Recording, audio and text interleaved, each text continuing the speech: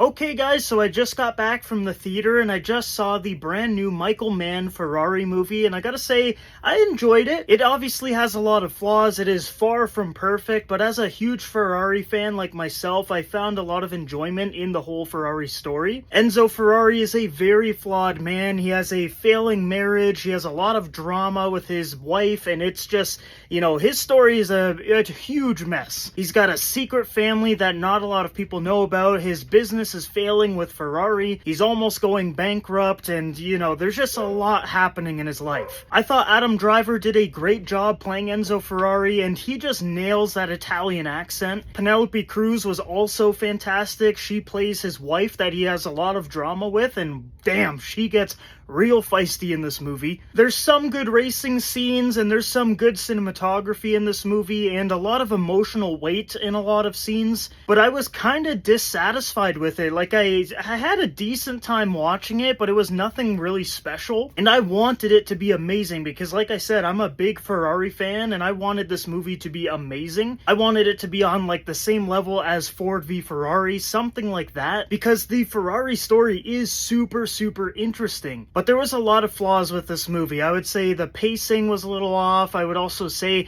some of the cinematography, especially in the racing scenes, wasn't all that great. And then now talking about the racing scenes, there's not a lot of great ones.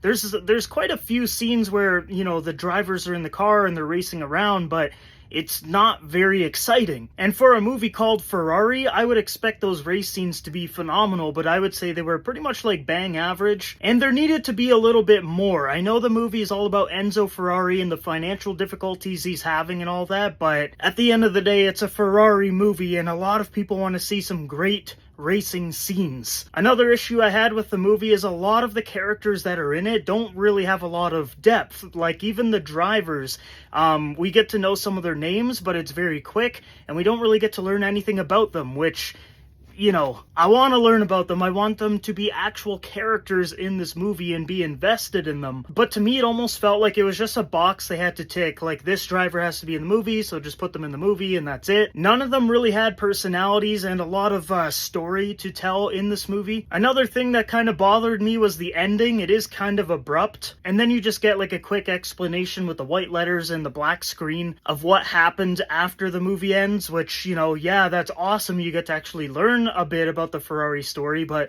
I would have liked to see more play out in the actual movie, because if you guys watch it, it does kind of just end right after something really tragic happens, and then that's it. Honestly, it just comes down to two major things for me. Like, if we got actual characters that we were interested in and were invested in, and then we also got some amazing race scenes, I think this movie could have been like an 8.5 out of 10, but it just didn't have that, so I'm gonna have to give Ferrari a 6.5 out of 10. I thought the acting was really good from Adam Driver and Penelope Cruz, and the drama was really good. Some of the racing stuff was good. The story was interesting, but they did focus a little bit too much on the financial stuff and not the actual racing. But overall, I would say I had a decent time at the movies. I don't think anyone really needs to race to the movie theater to watch this thing, but I would say if it pops up on Netflix or some other streaming platform, definitely give it a watch and put the volume all the way up, because some of those race scenes are pretty cool. And with max volume at home, it is going to be awesome having the ground and couch and everything just shaking. And if you really can't wait, then I would just say check it out on a cheap Tuesday. It's a solid watch. It's nothing special. It's not bad. I would say it's just slightly above average. But yeah, that's my review of Ferrari by Michael Mann, starring Adam Driver as Enzo Ferrari. If you guys have seen the movie, let me know down below what you guys think about it. Other than that, I hope you all have a great day, and I will see you in the next video.